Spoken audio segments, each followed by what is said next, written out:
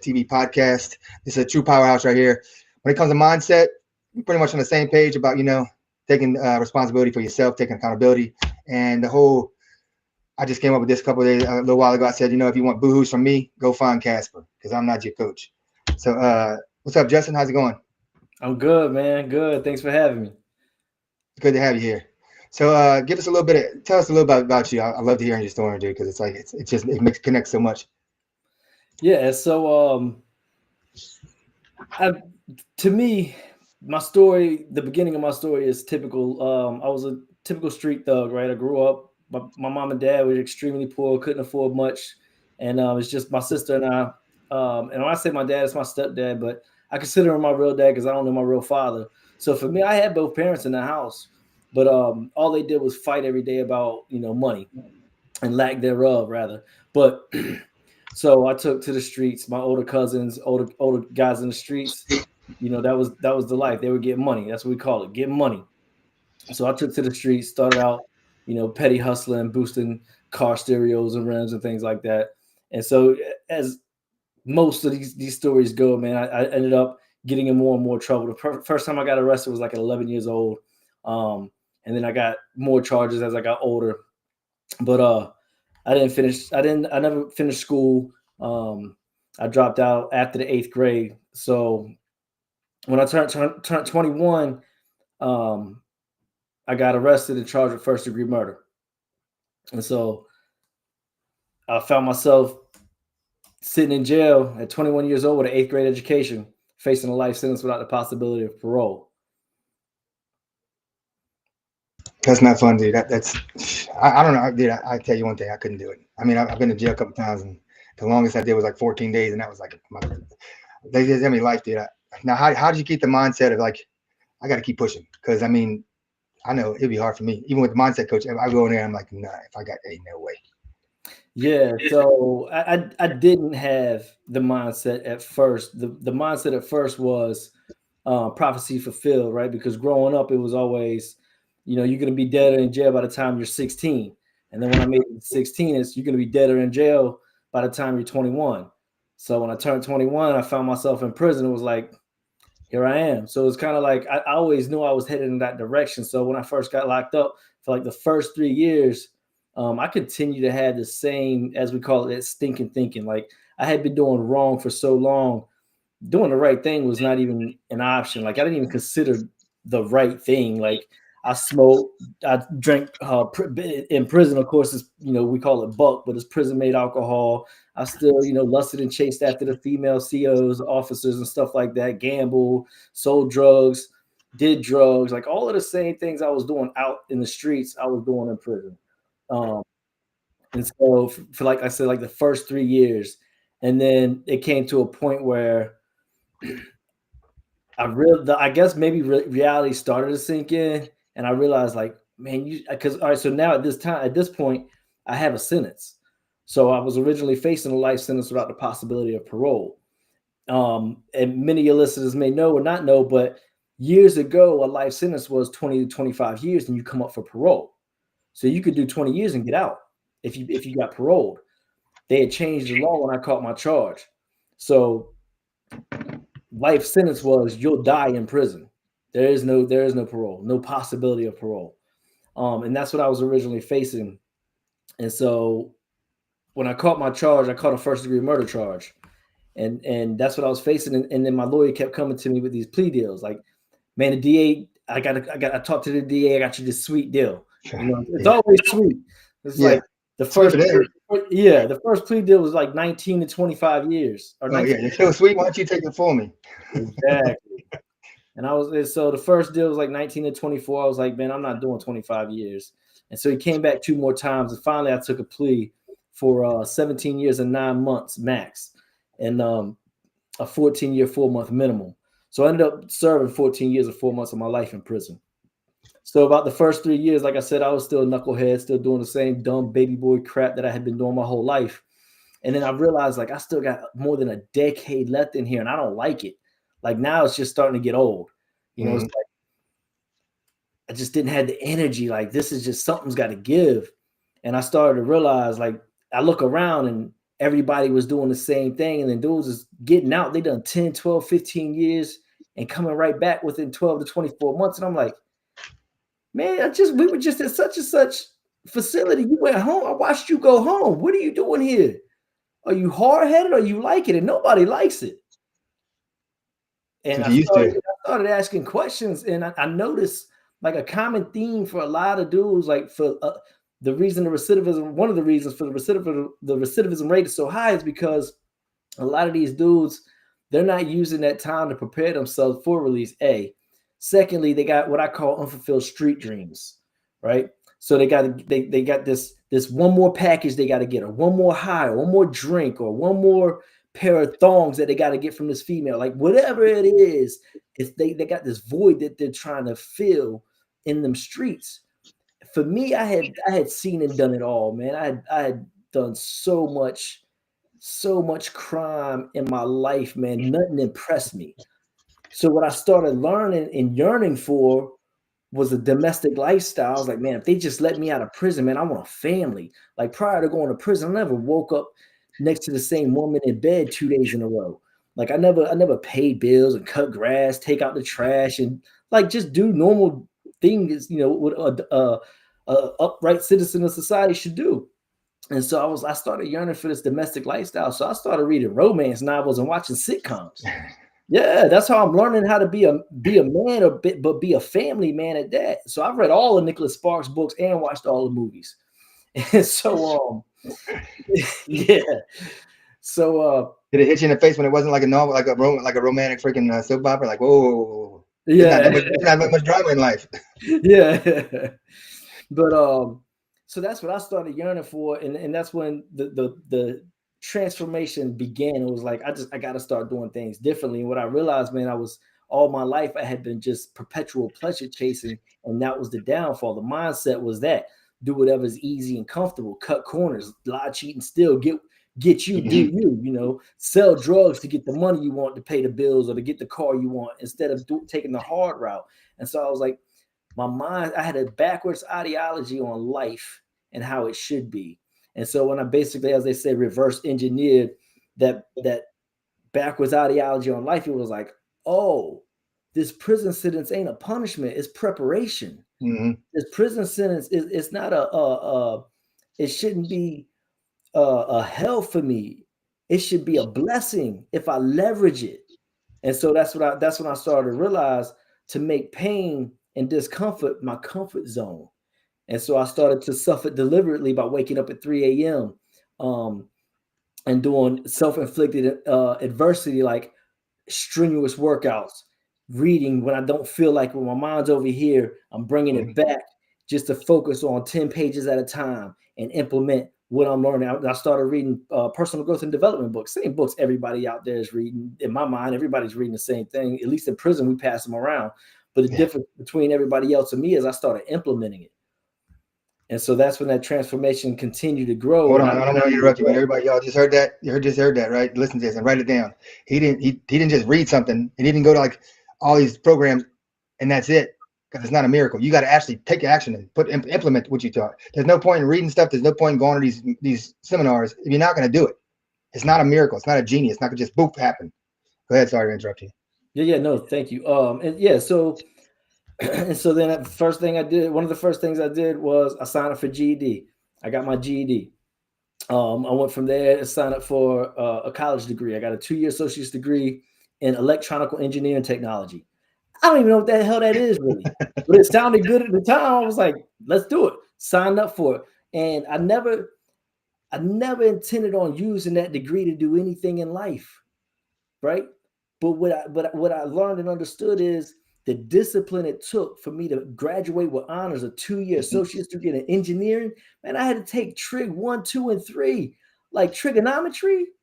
I went to prison with an 8th grade education. So for me, I'm literally building confidence and self-esteem to a maximum level, proving to myself that I can overcome anything and I can do anything. If I leverage the pain and adversity in my life to do better in the world. And so, and that's what I just continue to do, man. I stayed in school probably 90% of my sentence. The Keep other it busy. 10% was work assignments, waiting for a class to start. And sometimes I would have to put in for a transfer to go to another facility for a class that they had that they didn't offer at, the one that I was currently at.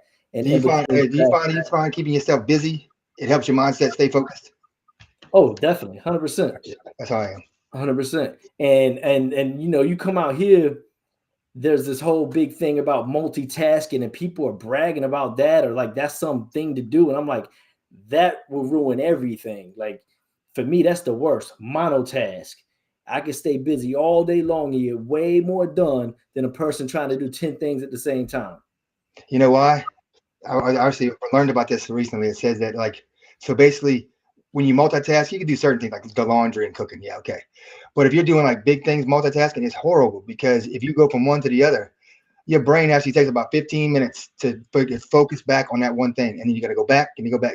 Multitasking is not good unless you do little bitty, like stupid tasks like the laundry and cleaning the house. Yeah, major. Yeah, that's something different. But when it comes to, you trying to, so for me, everything is relative to like business, entrepreneurship, and things like that. And when you're trying to do all the things at the same time, you get way less done. So I learned, man, the less I do, the more I make. The more progress I make, the more money I make, the more sense I make, the more everything, like the less I do at one time. So like I said, so I stayed in school, and the discipline it took to go to school every day, to study, to pass them tests, to take exams, to write papers, like all of the things, man, like because that level of education was brand new to me. We didn't do that in middle school or 8th grade. So we skipped school. We were drinking alcohol in the bathroom in between bells, right? In between your periods of classes and things like that. So school was never taken seriously for me or my peers growing up. Mm-hmm. So now that I'm actually taking it serious, I'm in a whole new world. But that's where growth happens, man. Growth happens outside of your comfort zone. Yep, 100%. I mean, it takes a lot of that takes a lot of mindset to get through that. I'll tell you that. Yeah. It takes it's so to get to that mindset, man. It takes for me it was, and I always speak from my own personal experience, right? Anything else is like hypocritical, like hypothetical is hypocritical, right? Mm-hmm. So for me, I'm always speak from my own personal experience, and it was really just looking in the mirror and not liking where I was at in life, who I was in life.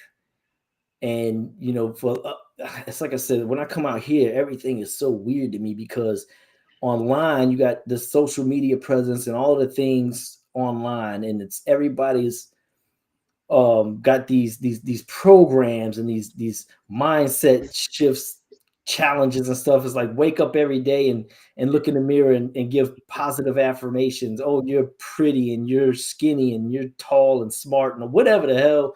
You're great and you're the champion. It's like, nah, when I look in the mirror, like you got to tighten the hell up. Yep. You ain't where you want to be. What are you going to do about it? And so for me, it was proving to myself. Every time I look in that mirror, I have to grow. I have to grow. I have to grow and never be satisfied. And one of the things I learned was like 3 major characteristics of super successful individuals, because that's what we want to be, is that at least I do. I want to be a super successful individual on all levels, because everybody will start arguing, well, success is relative to your point of view or your experience in life, whatever. I want to be a super successful individual on all levels, whether it's financially, spiritually, emotionally, in my relationships, all of it, across the board. So one of those characteristics is never being satisfied, almost to the point of regret, but not to the point of greed. Like it ain't got nothing to do with being greedy. It's just never being satisfied because you can always do more. Exactly. You see what I'm saying? Like I'll never be satisfied with where I'm at.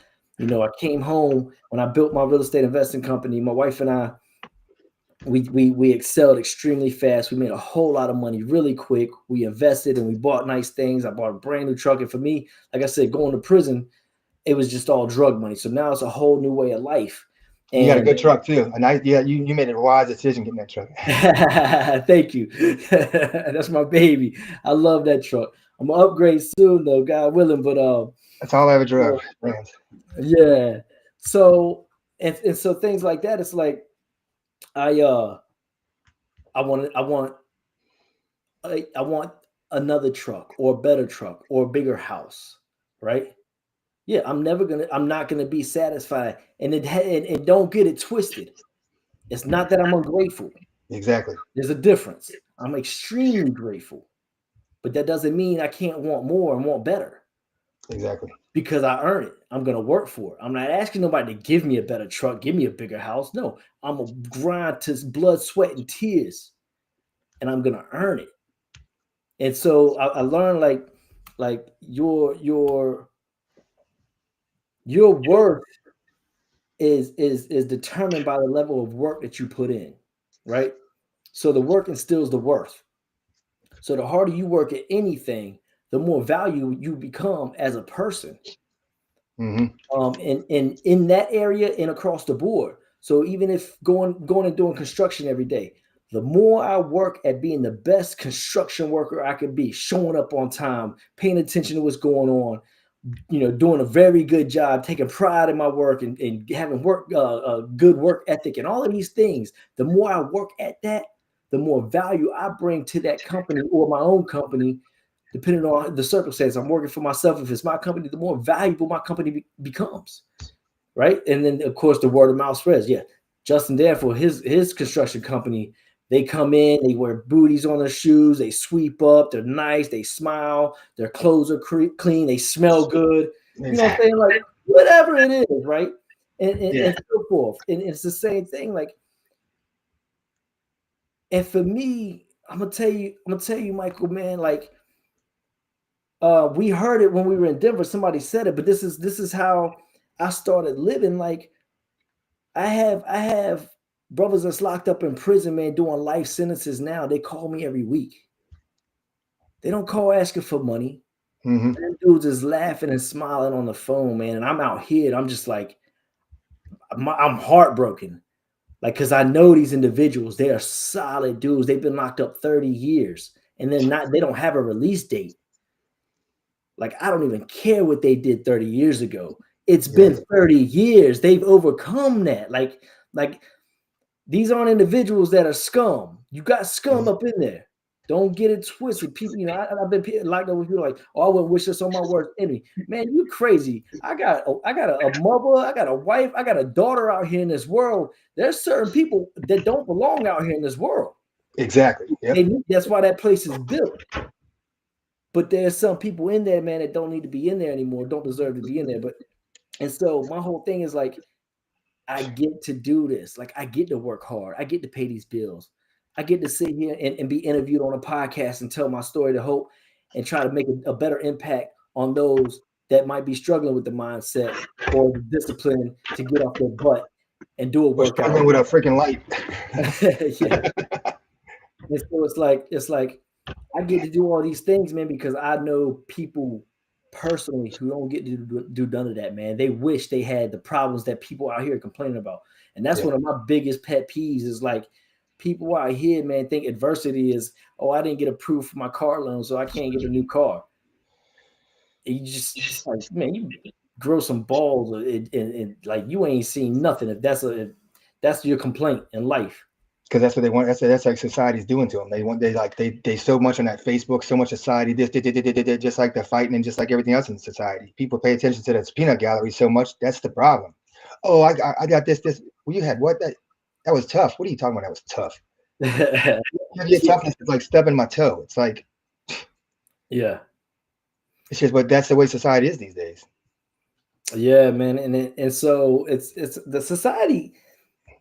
And I won't go too far in depth on that because that's, whatever. But there's this whole sense of entitlement, man. And gratitude and entitlement can never coexist. You can't be grateful for the life and the blessings and the rewards and all of the things that you have and don't have if you feel entitled to everything. They can't coexist, and so that's the problem. The scale is more weight on the entitled people feeling entitled than they are grateful, and I'm just grateful, man. Like I sat in prison for 14 years and 4 months. Do you know how many times I just wanted to be able to walk to a refrigerator, open it up, and pour a glass of milk? I like milk, but for the next person, it could be sweet tea. It's whatever, right? But I just wanted to pour a glass of milk and drink a cold glass of milk. Couldn't do that. It like literally, it wasn't ever gonna happen. People don't realize that those little small things when they're not there, how much they mean to you. Like when I went to boot camp, not having a cell phone and not being able to actually pick up a phone and call somebody. People don't realize once you take that, when it's gone and you only have the option, how much it means to you. Just that communication. Yeah, and that's one of the first people that have a marriage or relationship go bad.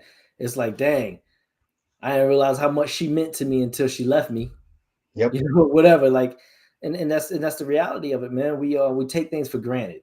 At the end of the day, we just take everything for granted, man. And so for me, I'm able to push forward. The resilience I had to keep going, even when everything, the weight of the world is on my shoulders, is because I'm just grateful that I'm able to keep pushing forward. Like, that's it. All right, so let me ask you this, because I mean, some people take it different. I don't have regrets. To me, a regret is like something that I did and I didn't learn and grow from it, because the choice I made at that time was the choice I had to make. That was my option. Maybe it was good, maybe it was bad, but it was the choice I made. Do I have a regret about it? No, because I've learned from it. How do you have regrets? How do you look at regrets? That's a great question. So for me, I look at regrets as our blueprint, our guideline, because your conscience is going to tell you, it's going to steer you right every time. And so if I know I shouldn't be drinking and I have a drinking problem with alcohol, and this goes for any vice that a person could have. It could be a porn addiction, a food addiction, whatever. But let's just pick one. And I say to myself, all right, in order to become better, I'm going to quit drinking. I need to quit drinking. And I find myself, I get an eviction notice or something like that, right? And of course, you know, some trial, something happens in my life where it's like, my only coping mechanism that I'm used to is drinking. That's how I get by. So I was like, all right, I'm gonna drink this drink.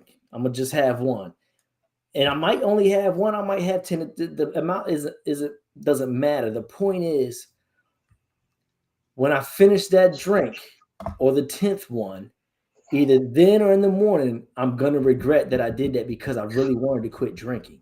And so that regret, that's my guideline to not do it again. So everything that a person has a regret with, it's like, that's the thing you don't turn back to. That's the thing you don't do again. That's your guideline. It's your conscience is telling you, steer away from it. And so so that's how I view regret, right? It could be on different levels, of course, but when it comes to like, so I had a murder charge. When it comes to catching my charge and all that, no, I don't have any regrets. And because in my case is public, it was on the news and people can everything is public these days anyway. But for me, you know they're gonna be commenting about that. Like, well, did you do it? Did you? Yeah. And so I was at a family affairs, my little cousin's birthday party. So I'm gonna keep this brief. Some uninvited guests showed up. The dude got in a fight with my cousin. My cousin was beating him on the ground. Dude pulled out a butterfly knife and started stabbing my cousin to death. So what you supposed to do? You gotta do what you gotta do. So shot and killed him, and I went to prison for it. I served my time. Police officer, detective that handcuffed and arrested me even said, I shouldn't serve any time for this. Yeah, I mean, like COs, case managers throughout my prison sentence, all of them was like, dang, as they say, you got dealt a bad hand. You was just in the wrong place at the wrong time. That's what they say. Who was the judge or the jury convicted? I took a plea. Oh, that's right. Yeah, that's right. Yeah, when your lawyer comes to you, man, and he says, you're scheduled to go to trial in 3 months, I can't win this case. you will lose. Oh, geez. You will get a life sentence without parole, without the possibility of parole. You'll never see your daughter outside of prison again. What was his reasoning? Take this plea. And I was like, I had been sitting in county jail for 2 years waiting on trial. That's what. That's what. We had a whole defense built, like a whole case on. I was gonna win. I fought extradition because they arrested me in another state. I had another charge called fugitive from justice because I caught the charge in a state that I'm not from. I didn't live there. So after I did what I did, I left and went home. Yeah, no brainer. So I mean, I could stand around waiting. So that's how I beat the fugitive from justice. It's like I don't belong here, but I fought extradition because they came to Virginia to get me, and the judge told the DA at my extradition hearing, he said, "If you give me anything to hang my hat on, you can have them." The DA was like, "This is all I have." Hearsay. It was all hearsay. So the judge said, "Well, I can't help you." I beat extradition. They still came. It was the state of North Carolina still came and got me because they got a governor's warrant for my arrest. And how they got a governor's warrant for my arrest was they got 12 jurors to sign saying there was a gun in my case that matched the statement of somebody. One of the witnesses, one of the eyewitnesses. And so the governor signed off on it. They never had a gun in my case. And that happens every single day. Every day. So, but it's man, and you've heard me speak, but it's like I'll tell anybody, man, like going to prison was the greatest thing that ever happened for me, man. Mm-hmm. It's the greatest thing that ever happened for me. Like I said, I went in there a ignorant, dumb, arrogant, punk kid, boy. You see what I'm saying? I came out a respectable man, upright citizen of society. Mm-hmm. And so it's at the end of the day, man. My lawyer had lied to me and some things like that in regards to the plea and the time. And when I signed that plea deal, looking back, I'm so thankful that he did. Yeah. Because I turned down the first 2 plea deals just out of being straight arrogant, thinking I knew something. So I'm like I said, I'm grateful for it all, man. Yes, I mean, like people there like, oh, this happened to me. Yeah, you need to start looking. And I believe that things happen for a reason. Everything happens for a reason. Even if you get in a wreck and it's your fault, what did you do before that wreck? Something you did wasn't right, or something that's needed to show you, hey, wake up. You ain't doing something right. I mean, yeah, I mean, like I said, the decision we make at the time, they don't hold you to who you are. But I know a lot. I've distanced myself from people like that, though, where you make a decision in life, and that is you for the rest of your life in their eyes. And it's like, yesterday might be me, but that problem stayed yesterday. I'm bringing a solution forward. I'm not bringing the problem with me. But if you're going to be in my life looking at me that problem is still with me every day you look at me, then you need to get rid of those people, because they're not here to help you grow. They're here to help. They want you to fall, and that's not somebody you need in your life. 100%. And so. I never blame anybody for the choices that I make, man. And like I said, so in regards to that, I don't have any regrets. Mm-hmm. I don't have any regrets. What do you do daily to all right, so what's some stuff that you do daily to keep you from like veering off? I mean, I know we all veer off that path. We're all human. We're not no robots. Even robots get, like we talked about earlier, robots get done. But what do you do to keep focused, like keep moving forward and like not fall again? For me, it's just I get up at 3 a.m. I do the same. I have the same routine out here that I had in prison, man. As far as my daily program. In prison, we call it a program. It's called your program, and it's for me. It's get up at 3 a.m. Read read some personal development, and go to the gym. I work out. I'm normally at the gym at 4 unless I'm traveling. On the gym, some gyms don't open until 5, but regardless, I get an early morning workout. That puts me in that flow state. It erases, like, getting your heart pumping, your blood flowing is the anti-depressant, anti-anxiety. Like, people want to take all these pills and all of that, man. All you got to do is get a good workout in. Like for me, I weight train, but you could be a runner, a swimmer, or I don't care if you trek the side of a mountain, whatever. Just get your heart rate up. And I guarantee like 90% of the problems you think you have in life, they won't even be on your mind. They won't be on your mind. So for me, I go get a good morning workout. And while I'm working out, I got what I was just reading prior to going to the gym. And so I'm looking at how I can use that to benefit me through the rest of that day. And so that way, at the onset of some idiot at the traffic light or in the grocery store, or whatever the case, I don't break character. Because that's my biggest struggle in life is I already know what it's like to go to prison. I already know what it's like to beat the crap out of somebody. I know what it's like to do all of these things. So for me, the challenge, which I'm always up for a good challenge, is not smack the crap out of somebody in the grocery store for doing something stupid, right? Or yoking somebody out of their car at the stoplight because they cut me off, a while back or whatever. And so it's like, for me, it's not breaking character, man. I've lost so much in my life. So much was taken from me at random throughout my life. I know that the only thing nobody can control or take from me is my conduct and character. So that's how I keep moving forward, man. When things is tough, when whatever it is, life gets heavy because, like you said, it's going to. Obstacles are going to happen. They're going to get in the way. For me, it's just remembering what I've overcome, where I'm at, and the challenge, the key is to just don't break character. Continue to have the integrity. I place a certain standard on myself. Yeah. So it's to remain having that integrity, keeping my word that I'm going to continue to do this. Like when I started getting up in prison at 3 o'clock in the morning, I told myself, because I know what it's like to face a life sentence, that's going to be for the rest of my life. It's not a 90-day challenge, a 30-day challenge, online challenge. It's not a 90-day program, fat loss program for 12 weeks. No, man, this is the rest of my life. I'm going to continue to work on my personal growth and development forever. Arnold Schwarzenegger is like 76, 77 years old. I watched a podcast a few months ago. They was like, so Arnold, you're 70. I don't know what he's like, 76. Why are you still working out?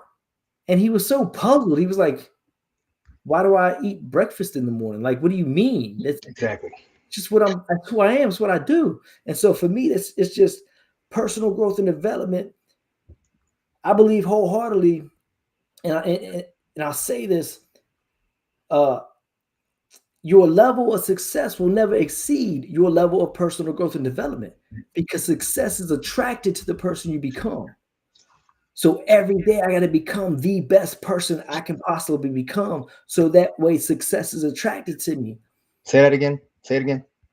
Your level of success will never exceed your level of personal development, because success is attracted to the person you become. And so that's every day. That's all I'm worried about. Like, people got all these goals and visions and dreams and all of that, and that's great, but whatever. But for me, it's just today, all I have to do is continue to grow and develop and be the best person I can be. All of the things that most people have as their goal on their vision board, that just comes out of nowhere to me. It just lands in my lap. And that may sound crazy. I don't care. I'll be crazy, man. I'm probably the most crazy, weird, whatever you'll ever meet, right? I'm basic, I'm boring, all of the things. I don't care. My point is, all I know is the more I pour into myself to give that person to the world, the more the world returns it tenfold. You got to give to receive. Anything you want more of, give it. Yep. You want to feel loved, go and give love. You want more patience, have patience. True. That took me a while. It took me a while to get that. Anything you want more money, start giving money out. Go donate to a charity, or you've got to donate. Go support a small business owner by buying food for your refrigerator. You know what I'm saying? But you'll get in return that which you give out. The more you give out, the more you get in return. What you put out comes back in. Huh? What you put into the world will come back into you. That's you put negativity, you're gonna get negativity. You put positivity, you're gonna get positivity. Exactly. And so for me, that's how I keep pushing forward every day, man. When the world gets heavy, I just focus on being the best person I could be and giving that man to the world. Have you noticed, like, I don't know with you, but with me, I know that, like, okay, so I have adrenaline disorder, and I have a temper like they know tomorrow.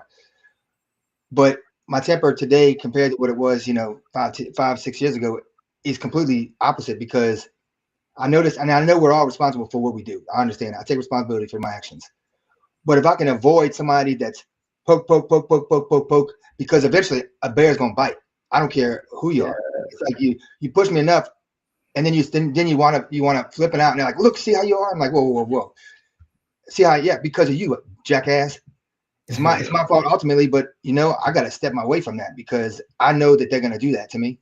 So I gotta stay away from that, because I can take control of myself up to a certain point, and it's just like I'm a human being. I'm not gonna listen to that. One thing is, they say you give respect, you get no. I'm gonna give you exactly what you're giving me. So if you walk up to me with all this high, you walking up with your fist up, and I'm walking away from you, but then you want respect from me. And with me, like, I give respect. If you got to earn my respect, that means you done screwed up, and you got to earn it. You're not. I'm not letting you earn it back. You should have acted right the first time. But it's just, I got to the point where I've noticed I got to step, even if it's family, I got to step away from them, because either you're with me or you're not. You can watch from the outside, but I'm not going to have you right here give me all these comments and all, whatever you think that's your opinion. I don't really give a damn. It's not my business, your opinion. But all this negativity, I had to walk away from. Like my mom and dad, I hadn't really had a relationship with mom and dad over 4 years. Yeah. Because people are like, oh man, that's sad. It's not sad, because it is what it is, because I don't need the negativity. This. I don't need your comments. And I had to step away to grow. And that's what it took. Yeah, pressure busts pipes, man. And that's part of growth, is knowing what your pressure points are. And so if you know alcohol is your weakness, don't go to the bar. I mean, if you know you got a sugar addiction, don't go to Dunkin' Donuts. You see what I'm saying? It's like, and that comes with it comes with maturity, it comes with growth, it comes with self, knowing yourself, and self-reflection and things of that nature. But it's just that's just all part of growth, is knowing where you should be and what you should be working on and doing and worried about. And a lot of that stuff, like you said, relationships, it could be family or not, whoever it is, man. I learned how. That's one thing prison taught me, was detachment, man. Because like I said, they'll snatch everything from me, and detachment is key, man. And you got to be able to let people go, things go, whatever. It's like I told people before, like, I love my truck, I love my wife. I could lose all that right now. At the end of the day, I'm gonna be good. Don't get me wrong. That stuff is sad, but I'm gonna be good. Why? Because I'm gonna wake up tomorrow morning at 3:00 in the morning. I'm gonna go to the gym. I'm gonna work out, and I'm gonna figure out the rest of my day without my truck or without my wife or whatever it is. And you know how many people are gonna be like, "Oh man, that's messed up." Well, it's not messed up. It's not. It is. That's called life, and that's the problem. People fall in stomach because they lost this and lost that. You gotta. It's. I don't care what people say. It's replaceable. It's replaceable, man. Like I said, yes, it is sad, but I can't sit. I don't have time, man. We growing older by the day, and it's like I don't have time to sit and soak or cry on your shoulder. You got your own problem. Like what good is that gonna do? Like, I don't know. At least you can live to be like 190 years old and still get Social Security. Yeah.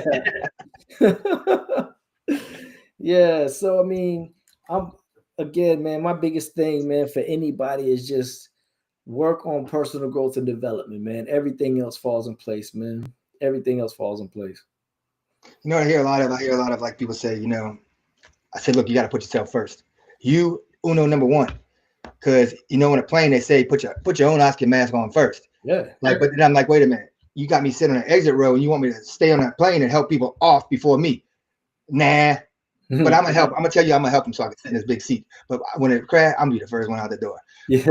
But it's like, people are like, oh, I gotta take my kids come first. I said, you can't. I know they're your kids, but if you don't put yourself first and you keep pushing everything of yours under the rug, eventually you're going to become, you can't do as much for them because you're lacking. You're going to start freaking regretting it for yourself. You're going to start being, it's just, you can't, you got to make sure you're at 100% before you can go out and take care of anybody else. Yeah, you got to save yourself before you can save anybody else. It's not selfish. And most people, man, will, the thing that caused them the most pain in their life, they'll hand it down to their kids.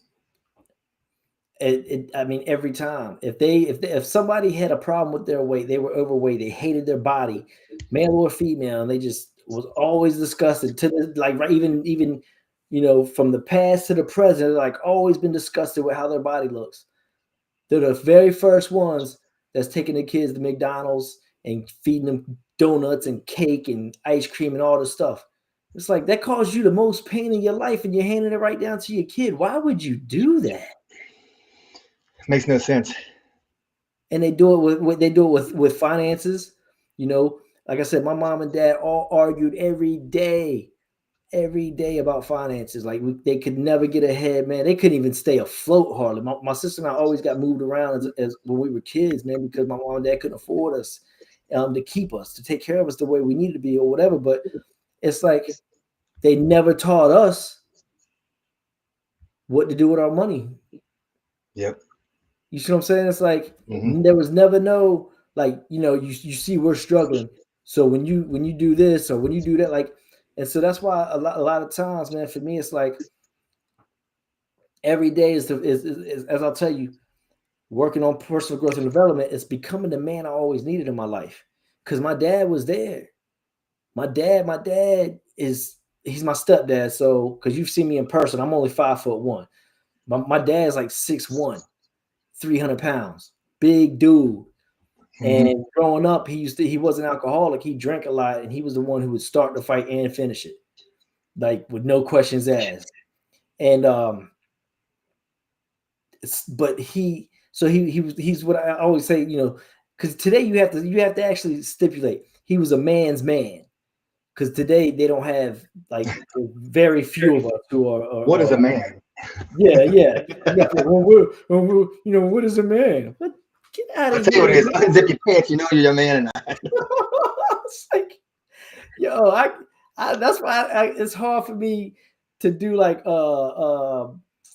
social media marketing and stuff, man. Because I can't sit on social media, man. And people are so dumbed out and retarded. And there's beautiful people out there. Don't get me wrong. There's good groups. There's good. We are both. I think you're in the mastermind. Yeah. I love a lot of them people, man. I love the mastermind. I love everything they stand for. But outside of that, like just like on a daily basis, man, nah. People blow my mind with the ignorance. Man. I come from a different thought process, man. I was just raised differently. But that's the thing. My dad couldn't teach me affection, man. Like my mom and dad didn't like hold hands and kiss or sit around, and they never even hugged us and was like, "I love you, son." You know what I mean? Or my sister, like, "I love you." Like, we didn't do that type of stuff. So he couldn't teach me like affection or how to have a great relationship, how to be a good husband. Him and my mom fought constantly. He was an alcoholic. He couldn't teach me how to be sober. Yeah. You know what I'm saying? He coped with life by getting drunk. Like, all he taught me was a good work ethic. My dad worked hard. You know what I mean? Yeah. And came home and drank, and stuff like that. So it was like, for me, it's always becoming the man I always needed in my life. And giving that, like I said, again, giving that person to the world, because there's so many people that can relate, that just need somebody in their life that can go, that's what I was looking for. That one nugget of advice or encouragement or whatever. And though they have the potential, they're not able to tap into it until they link up with somebody like you or me or whoever, and that pulls it out of them. It's like you just touched on something about, your experience and all that stuff. Like he didn't know how to teach me how to be non-alcoholic. Like I see these, like, and that's what is killing coaches and stuff like that now, is because you have these gurus that come in here. They're going to teach you all this stuff. And it's like, okay, the way I do it is I've been through it. You've been through it. I've been through some tough shit. You've been through crazy shit. But when I say I know how you feel, I know the feeling, it's because that's what I think, that a lot of people, it's coming better. It's like people are starting to see it more. and see these gurus, because there's so many gurus out there that say, oh, I'm gonna do this, this, and this, but they've never been through it. I saw an ad the other day for a 19-year-old life coach. Like, what the hell? Yeah. But with a guarantee too. I'm like, yeah. Guarantee I give you a guarantee of that it's gonna be hard. You're gonna pay me, and you're gonna get results. The guarantee of you actually changing and doing the work, I'm not guaranteeing that, because I'm not gonna put a guarantee on something that you might not even do. Nah. Like you said, you gotta take action. And I think that people want to hear what they want to hear. And with me, and I know with you, they're gonna hear what they need to hear. It might not be the nice thing in the world.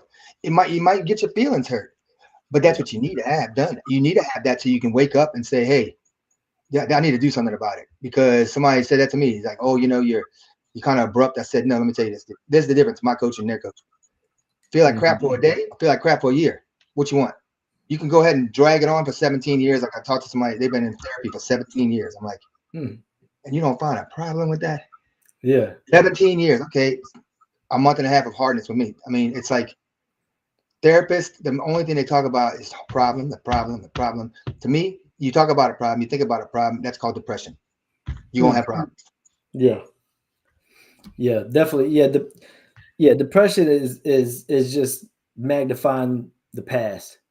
Like you stuck on something from the past and you're magnifying it, and it's called, like you just said, it's going to cause you to be depressed.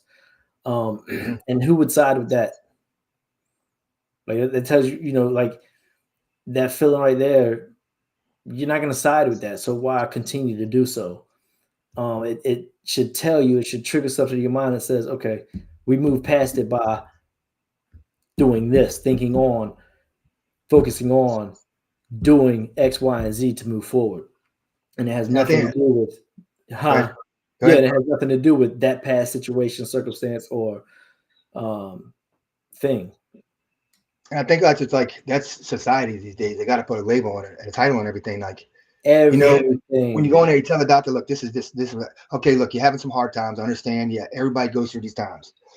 But now you're so fast to put you on medicine. You're clinically depressed. You put a title. You this, and this. And a lot of people can get through that and get over it. But a lot of people use that as a crutch.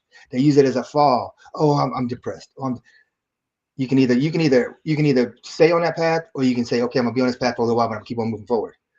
And nowadays, I think they like almost drill it. You're this. You're this. You're this. You're this. You're this. You're this.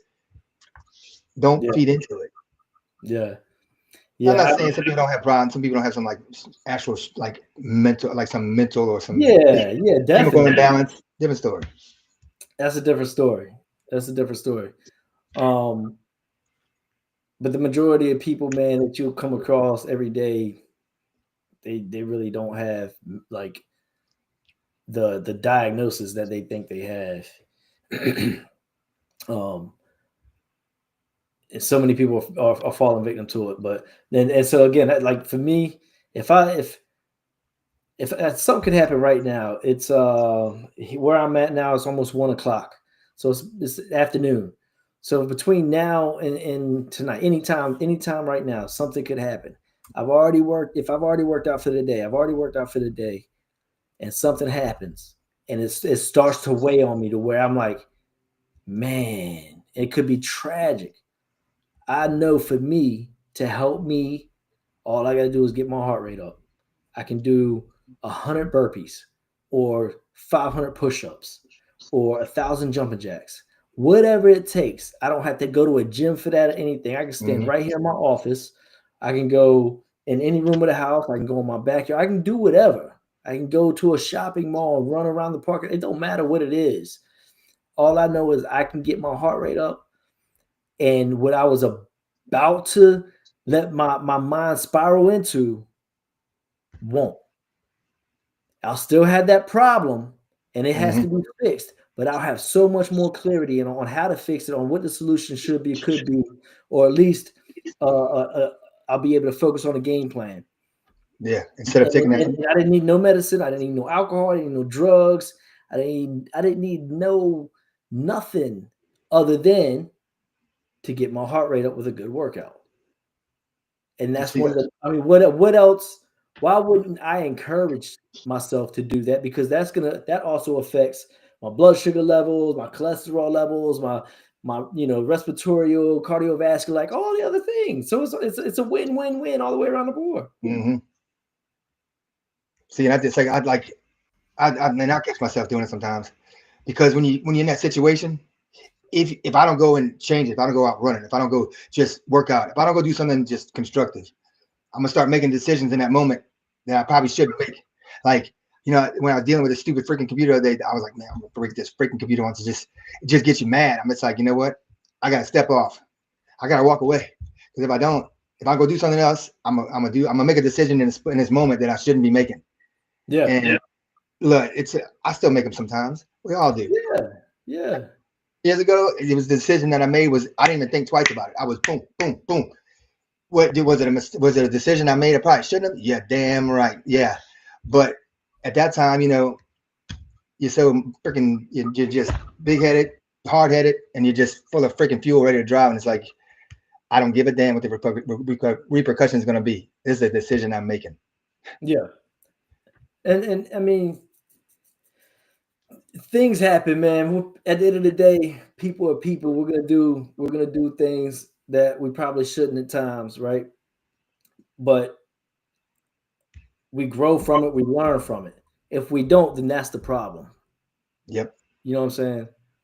So yeah, we fall from, I don't even like the how people say like, well, I ain't perfect. Well, no, duh. Like that goes without saying. Nobody's asking you to be perfect. You ain't even got that's not even comparison, but doing the best you can do, learning and growing.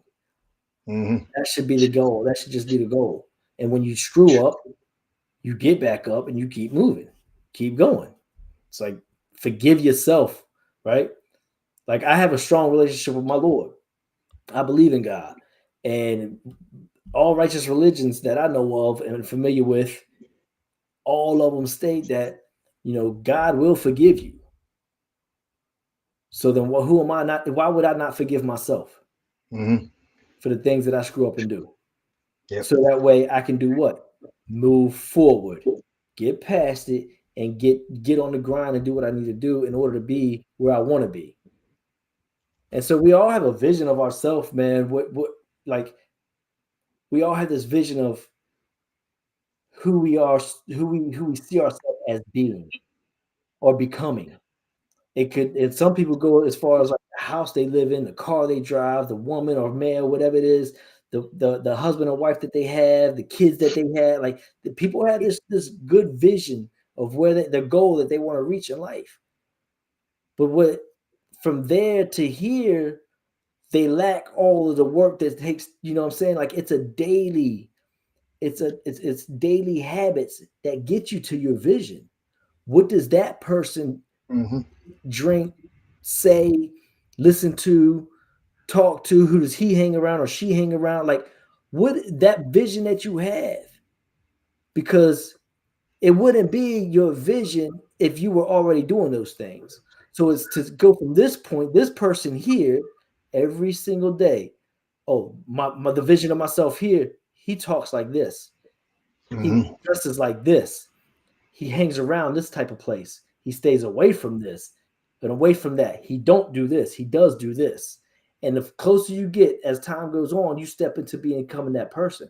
And that's what I did for all those years in prison, man. Every day at 3:00 in the morning, I was crafting. I was building my Frankenstein. Right? I was building my avatar. That's my Gumby. I was molding the man that I was gonna walk out of prison as. But I became him long before I even got out of prison. So when I walked out of prison, I wasn't becoming that man. I was already him. And that's how I acclimated and reached success so much further than the average person that just sits in prison and waits for a release date, gets out, and now they're stuck with nothing. Yeah, because I mean they don't in jail. They don't push you to do that.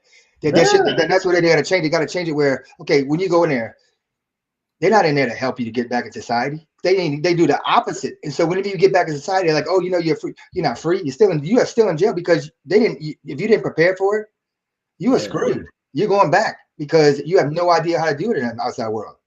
They gave me $40 when I left prison. What is that? They gave me a $40 gate check. That's like a candy bar. It was a check they gave you? After serving 14 years and 4 months in prison, they gave me $40. A check. Yep. Without a bank account. What you supposed to do with a check? Yep. And that's a whole nother podcast discussion, topic of discussion, man, is like getting out. Yep. Hey, we'll do another one. Yeah. It's just man, it's just they don't prepare you for society. People are like, oh, you know, oh, they went there jail. Well, yeah, you know what? Because they don't help you. And sometimes they don't. Sometimes like you had a chance to do something. Some of these people don't. Some of these people they're stuck. They stuck. They're not. There's some of these prisons. They're going to help you do that. They're not going to give. They're going to give you bare minimum. And they look at you like you're a debt on society and you can't change. And it's like you might have made a choice yesterday, like I said, but that choice doesn't define who you are. Unless you're like a psycho person that freaking mass murder of like 100 people and you're freaking okay, that's a different story. Yeah, you're mentally something's wrong with you. But those people they plead insanity case. Well, you got damn, you insanity case? No way, huh? You're not insane, huh? Yep.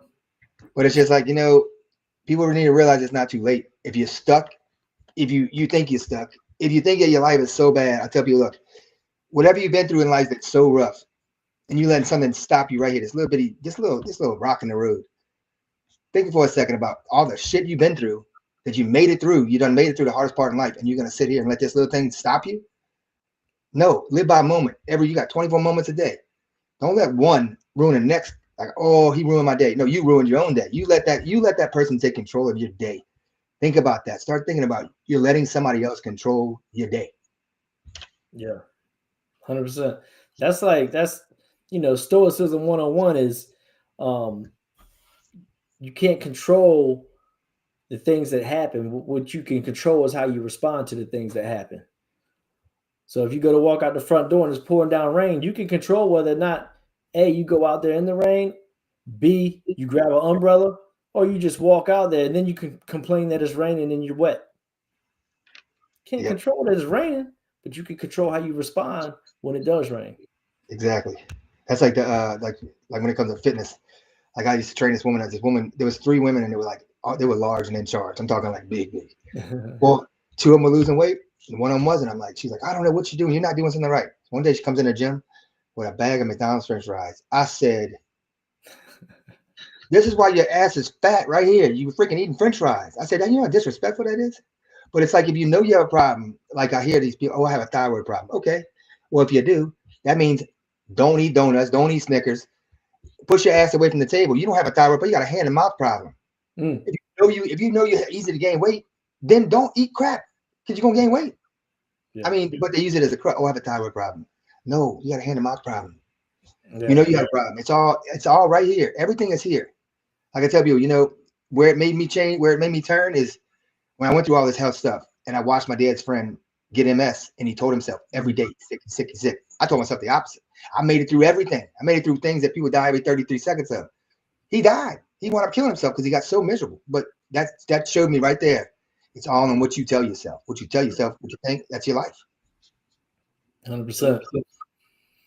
All right, Justin, how can people get in touch with you? On Instagram, @ Justin Danforth.